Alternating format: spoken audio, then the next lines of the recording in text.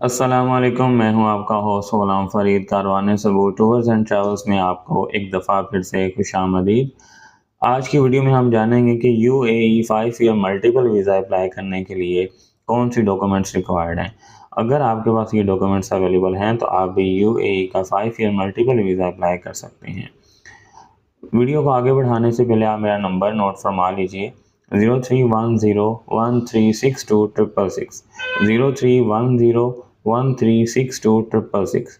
UAE का 5 year multiple visa apply करने के लिए आप हमसे रब्ता कर सकते हैं। यूएई का वीज़ा अप्लाई करने के लिए आपको जो डॉक्यूमेंट्स रिक्वायर्ड होती हैं उसमें सबसे पहले आपका पासपोर्ट आता है, जिसकी वैलिडिटी कम से कम 8 मंथ होनी ज़रूरी है।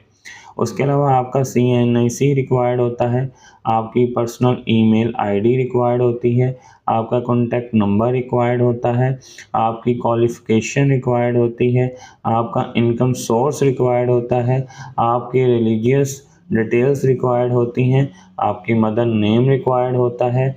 उसके अलावा आपका अकाउंट मेंटेनेंस लेटर रिक्वायर्ड होता है और सबसे ज़रूरी चीज़ बैंक स्टेटमेंट रिक्वायर्ड होती है, जो कि 6 मंथ की होनी चाहिए और प्रॉपर मेंटेन और अटेस्टेड होनी चाहिए और जिसका क्लोजिंग बैलेंस मोर देन $4000 होना ज़रूरी है।